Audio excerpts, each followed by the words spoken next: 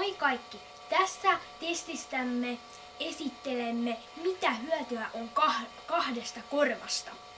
Tässä on Minna, testaajamme. Ja tässä on Sara. Sano moi heille. Moi. Ja minä itse olen Vilma.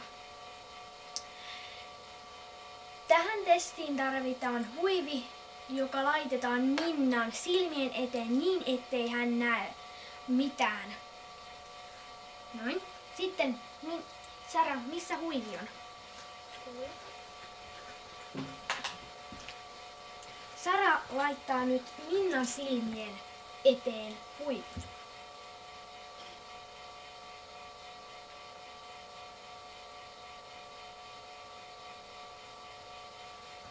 No niin, näetkö sinä Minna mitään? En. No niin, nyt menemme Saran kanssa eri puolille Minnasta. Nyt katsomme, olemme nyt eri puolilla ja nyt taputamme jompikumpi 2 kertaa, kun kameratyttö näyttää sieltä.